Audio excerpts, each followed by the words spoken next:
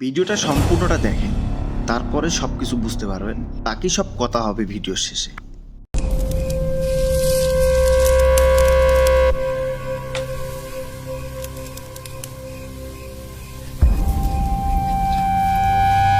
থমথম রাত আর নেমে আসা অন্ধকারে যখন নিশ্চুপ হয়ে যায় সমস্ত কোলাহল, কেবল রাত্রির বুকে জেগে থাকে নিশাচর।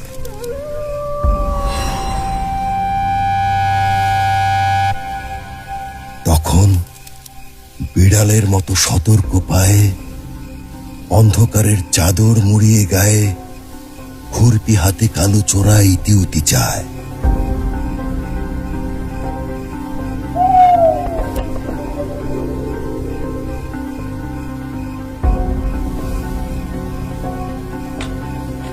খুব খুব খুব সন্তর্পণে সরে যায় মাটি।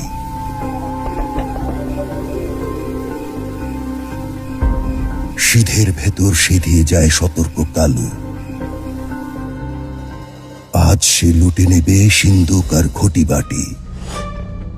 নিঃস্ব হয়ে যাবে অসহায় নিশ্চিন্তপুরবাসী।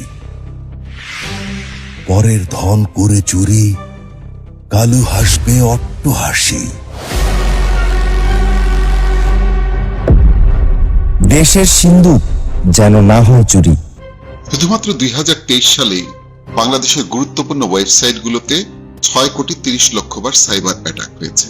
ওই একই বছর বাংলাদেশের 5 কোটিরও বেশি নাগরিকের ব্যক্তিগত তথ্য ইন্টারনেটে বিক্রি হয়ে গেছে। তাই দেশ ও নাগরিকের গুরুত্বপূর্ণ তথ্য, জাতীয় পরিচয়পত্র, পাসপোর্ট, সরকারি বেসরকারি সব ধরনের ডেটা দ্রুত এবং নিরাপদে সংরক্ষণ ও আদান প্রদানের জন্য বাংলাদেশে একাধিক আধুনিক টায়ার 4 ও টায়ার 3 ডাটা সেন্টার প্রয়োজন।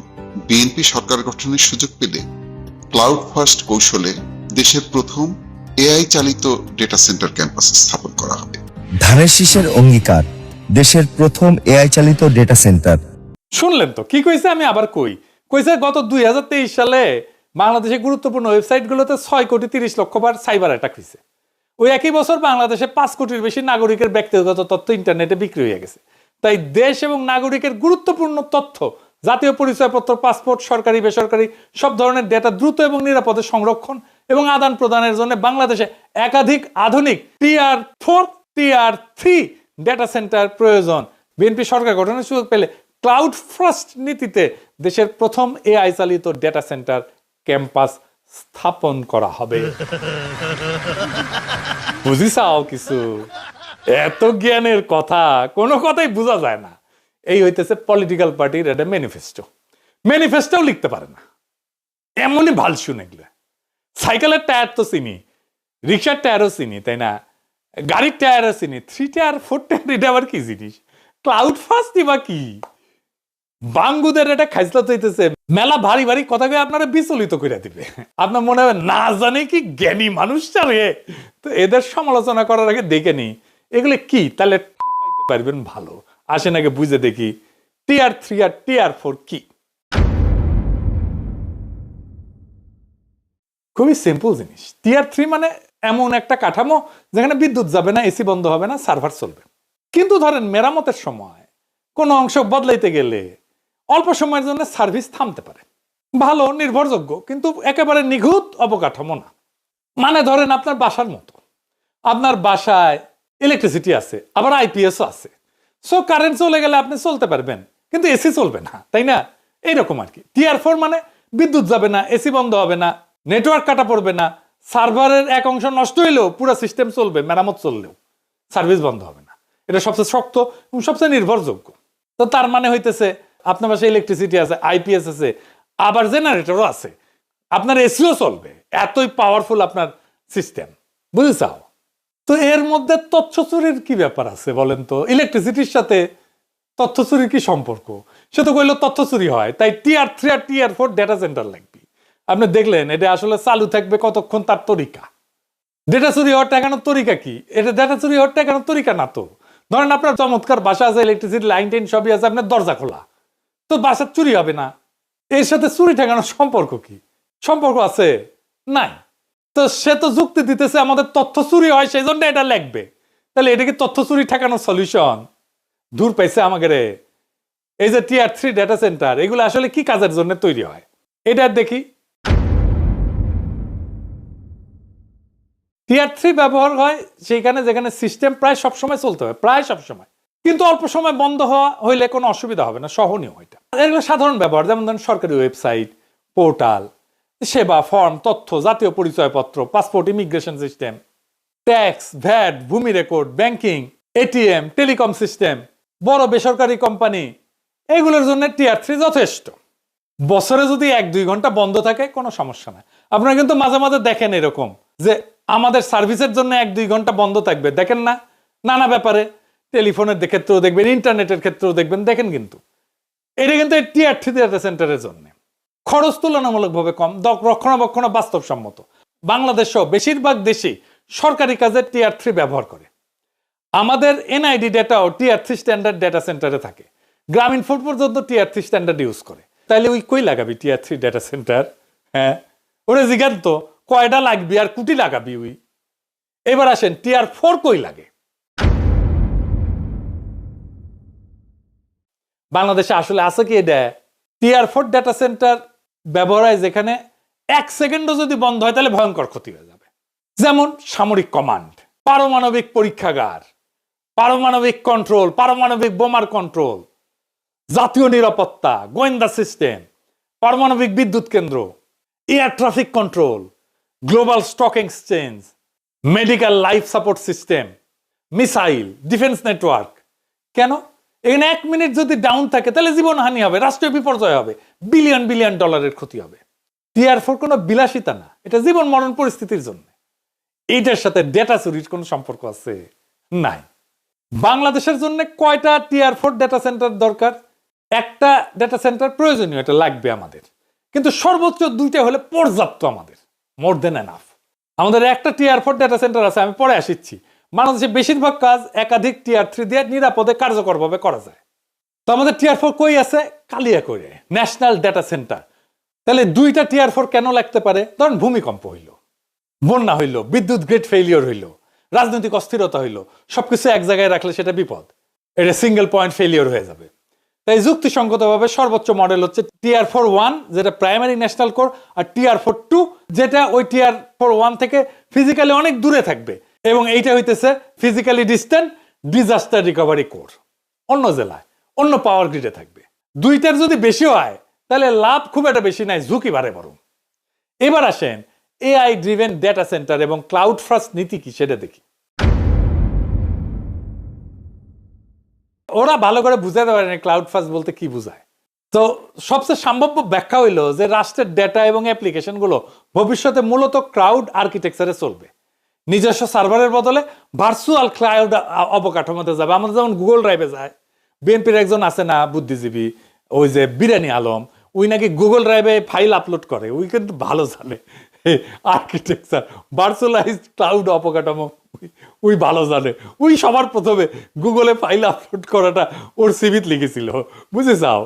তার মানে সরকার আলাদা আলাদা অফিসে নিজস্ব কম্পিউটার সার্ভার বসায় সিস্টেম চালাবে না, সব সরকারি সফটওয়্যার এবং ডেটা চলবে একটা কেন্দ্রীয় ভার্চুয়াল ক্লাউড সিস্টেমে।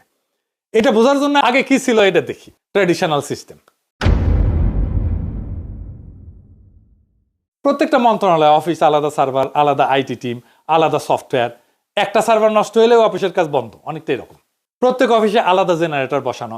এখন যেটা বলা হইতেছে ক্লাউড আর্কিটেকচার, ভবিষ্যতে ক্লাউড বেসড সিস্টেম। বিএনপি বলতেছে আর কি যে সমস্ত অ্যাপ এবং ডেটা থাকবে একটা কেন্দ্রীয় ডিজিটাল গুদামে, অফিসগুলো ইন্টারনেট দিয়ে সেখানে ঢুকবে। সার্ভার আসলে একটা জায়গায় ডেটা সেন্টারে, কিন্তু ভার্চুয়ালি ভাগ করা, অনেকটা আলাদা আলাদা জেনারেটরের বদলে একটা বড় পাওয়ার গ্রিড ব্যবহার করার মতো আর কি। নিজস্ব সার্ভারের বদলে ভার্চুয়ালাইজ মানে কি? নিজস্ব সার্ভার মানে একটা অফিসে একটা বা 2টা ফিজিক্যাল কম্পিউটার, সেটা ক্ষমতা সীমিত, নষ্ট হইলে সব বন্ধ, আগুনে পুড়ে গেলে সব শেষ। ভার্চুয়ালাইজ ক্লাউড মানে বড় বড় শক্তিশালী কম্পিউটার ডেটা সেন্টারে, যেগুলো সফটওয়্যারের মাধ্যমে ভাগ করে দেওয়া, প্রয়োজন হলে ক্ষমতা বাড়ানো যায়, কমানো যায়। একই কাঠামো কিন্তু বহু অফিস ব্যবহার করতে পারবে। এটা সরকার চায় অনেক সময়, কারণ সব সিস্টেম একসাথে ম্যানেজ করা সহজ হয়, খরচ কিছু ক্ষেত্রে কমে, নতুন অ্যাপ চালু করা দ্রুত হয়, সার্ভার ডাউন কম হয়, মানে চালানো সহজ, এটা ব্যবহারকারী বাড়ানো যায়। কিন্তু এই কথার ভিতরে যেটা বলা হয়নি, সেটা হইতেছে এই ক্লাউডটা কি দেশের ভেতরে না বিদেশে। এইটা বিশাল বড় সমস্যা তৈরি করবে যদি এটা বিদেশে হয়। ডেটার মালিককে, ভুল হলে দায় কে নেবে, নাগরিক কিভাবে জানবে তার ডেটা কোথায় গেল? এই প্রশ্নের উত্তর ছাড়া এই পরিকল্পনা অসম্পূর্ণ। আর এআই ড্রাইভেন ডেটা ম্যানেজমেন্ট বলতে তারা কি বুঝাইতে চাইছে কে জানে। সাধারণত বলা হয় যে ট্রাফিক ম্যানেজমেন্ট মানে কয়জন ব্যবহারকারী ঢুকতেছে বাইরেতেছে এইটাকে ম্যানেজ করা, সার্ভার লোড ব্যালেন্স করা, সিস্টেম অ্যানোমালি ডিটেক্ট করা, দ্রুত ডেটা প্রসেসিং করা, মানে এআই ব্যবহার করে ডেটা সেন্টারে অপারেশন চালানো। ডেটার মালিকানা এআই কে দিয়ে দেওয়া না, অ্যাক্সেস এআই কে দিয়ে দেওয়া না, মানুষের সিদ্ধান্ত বাদ দেওয়া না, এআই কে দিয়ে করানো না। এআই এখানে পাহারাদার, বিচারক না। এখন মূল প্রশ্ন, এই সিস্টেম কি ডেটা চুরি ঠেকাইতে পারবে? এক কথায় না। কারণটা হইতেছে ডেটা লিকের মূল কারণ, জনগণের তথ্য চুরির মূল কারণ হইতেছে হিউম্যান এরর, মানুষের ভুল।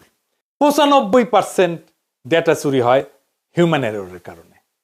এটা মাইনকাস্ট 2025 এর রিপোর্টে বলা হয়েছে। তাইলে বাগাড়ম্বর কেন? শুধুমাত্র 2023 সালে বাংলাদেশের গুরুত্বপূর্ণ ওয়েবসাইটগুলোতে 6,30,00,000 বার সাইবার অ্যাটাক হয়েছে। ওই একই বছর বাংলাদেশের 5 কোটিরও বেশি নাগরিকের ব্যক্তিগত তথ্য ইন্টারনেটে বিক্রি হয়ে গেছে। তাই দেশ ও নাগরিকের গুরুত্বপূর্ণ তথ্য, জাতীয় পরিচয়পত্র, পাসপোর্ট, সরকারি বেসরকারি সব ধরনের ডেটা দ্রুত এবং নিরাপদে সংরক্ষণ ও আদান প্রদানের জন্য বাংলাদেশে একাধিক আধুনিক টায়ার 4 ও টায়ার 3 ডাটা সেন্টার প্রয়োজন। বিএনপি সরকার গঠনের সুযোগ পেলে ক্লাউড ফার্স্ট কৌশলে দেশের প্রথম এআই চালিত ডেটা সেন্টার ক্যাম্পাস স্থাপন করা হবে। কারণ এই সব বৈকার ধান্দা করা যাবে, টাকা টুকে আসবে পকেটে। আর আমরা হরিদাস পাল এইসব শুনে কিছুই বলবো না। পলক বলেছিল না, ইন্টারনেট আমরা বন্ধ করিনি, বন্ধ হয়ে গেছে। শুনেন, আমরা ইন্টারনেট বন্ধ করিনি, ইন্টারনেট বন্ধ হয়ে গেছে। এখন বিএনপি আমাদের শিখাইতেছে টিআর 3 টিআর 4 আর এআই ক্লাউড ফার্স্ট এইসব দুনফুন। ডেটা সুরক্ষা করতে হলে কি লাগতো? যদি সত্যিই লক্ষ্য হইতো ডেটা চুরি কমানো, তাহলে যা করতে হইতো প্রথম ধাপে আইন করতে হইতো, আইন বানাইতে হইতো, শক্ত ডেটা প্রোটেকশন ল বানাইতে হইতো। এখানে নাগরিকের অধিকার দেখা হবে, নাগরিক কিভাবে আপিল করতে পারবে, ক্ষতিপূরণ কি হবে সেইটা। দ্বিতীয় ধাপে কি? দায়বদ্ধতা, ডেটা কন্ট্রোলারকে, ডেটা প্রসেসরকে, লিক হইলে, ডেটা লিক হইলে কে শাস্তি পাবে, কিভাবে লিক আইডেন্টিফাই করা হবে, স্পষ্ট নিয়ম। তৃতীয় ধাপে কি? Insider risk control. ভিতর থেকেই তো এই ডেটাগুলো পাচার হয়, এ তো বাইরে থেকে এসে করে না। সেই জন্য রোল বেসড অ্যাক্সেস এটা ঠিক করা, ম্যান্ডেটরি অডিট লগ থাকা নিয়মিত, ইন্ডিপেন্ডেন্ট সিকিউরিটি অডিট করা নিয়মিত। 4 নাম্বার ধাপে আসে অবকাঠামো। আগে তো ঘোড়া তারপরে গাড়ি, ও আগেই গাড়ি লাগাতেছে, কারণ ধান্দার দোকান তাহলে ভালো খোলা যায়। আগে গাড়ি জুড়িছে, এতই ফাঁক রেখা যে আপনি এটা ঠিকঠাক ক্রিটিকও করতে পারবেন না। আপনি যদি বলেন কেন আপনি বিদেশি ক্লাউডে রাখবেন, তখন পিছলাইতে পারবে, এটা ফাঁকা রাখিছে, বলবে যে না না না কই, আমরা তো দেশেই ক্লাউডে রাখবো, বুঝিছাও। তার মানে ও চিন্তাই করেনি ঠিক মতো, ধান্দা কিভাবে করা যায় সেটা চিন্তা করছে। তথ্য চুরি ঠেকাইতে অবকাঠামোর চাইতে আগে দরকার পলিসি, সুপ্রশাসন বা গভর্নেন্স, আর সাথে রেগুলেশন আর কমপ্লায়েন্স। এইটা করতে টাকা লাগে না, মাথা লাগে। বিএনপির ভাব দেখলে মনে হয় ওই গৈরি সেন, টাকার কোনো অভাব নাই। এই তারেক রহমানের প্ল্যান যে টিআর 4 ডেটা সেন্টার হয়েছে 2017 সালে, তখনই খরচ ছিল 1,500 কোটি টাকা, দেখিছাও। এখন তো ডাবল হবে, এটা মজাই মজা। এটা সেন্টারে 3,000 কোটি টাকার মামলা প্রায়। তারপরে বালিশ পর্দা তো আছেই। রূপপুরের যে 20 গুণ দাম দিয়া বালিশ কেনা হয়েছিল না, কে কিনেছিল জানেন? সে ছাত্র দল নেতা ছিল, আগেই ট্রেনিং পেয়ে এসেছে, আলহামদুলিল্লাহ। বাংলাদেশের নাই টাকা। তারেক রহমান কয় মেগা প্রজেক্ট নেবেন, আর তার চাকর বাকর কয় হ্যান করেঙ্গা ত্যান করেঙ্গা। এইটা কি মেগা প্রজেক্ট না? তারেক রহমানকে এটা আপনার প্ল্যান? ডেটা চুরি হয় সার্ভার ডাউন থাকার কারণে, না ডেটা চুরি হয় রাষ্ট্রের মাথা ডাউন থাকার কারণে? দেশের তথ্য চুরি হয় সার্ভার ডাউন থাকার কারণে না, তথ্য চুরি হয় রাষ্ট্র যখন নিজের নাগরিকের সামনে দায়বদ্ধ থাকে না তখন। TR 3 TR 4 cloud first AI driven, এগুলো নিরাপত্তার ভাষা না, এগুলো তথ্য চুরি ঠেকানোর ভাষা না, এগুলো খরচার ভাষা, ধান্দার ভাষা। যেই দেশে ডেটার মালিকানা স্পষ্ট না, লিক হইলে শাস্তি নিশ্চিত না, আইনের আগে প্রজেক্ট আসে, সেই দেশে যত টিআরই লাগান, ও তথ্য চুরি হবেই, গাড়ি চুরি হবেই। ডেটা সুরক্ষা আসে কংক্রিট দিয়া না, আসে আইন দিয়া, দায়িত্ব দিয়া, আসে শাসনের মাথা সোজা থাকলে। আগে আইন, তারপর অবকাঠামো, আগে ঘোড়া তারপরে গাড়ি। উল্টা করলে যেটা হয় সেটার নাম উন্নয়ন না, সেটার নাম ধুনফুন ধান্দাবাজি। বাংলাদেশের সমস্যা কম্পিউটার না, বাংলাদেশের সমস্যা কন্ট্রোল। আর কন্ট্রোল ফেরাতে লাগে আর একটা ডেটা সেন্টার না, লাগে একটা সোজাসুজি রাষ্ট্র, নতুন বন্দোবস্ত, আগের সিস্টেম না। আমাদের রায় একটাই, আমাদের আবার লুটপাটের রাস্তায় টেনে নিয়ে যেতে চায় কারা, চিনে রাখেন। এই পুরানো লুটপাটের চক্রকে একেবারে চুরমার করে ভেঙে দিতে আগামী নির্বাচনে দর্শক অবশ্যই চ্যানেলটা সাবস্ক্রাইব করবেন। ধন্যবাদ।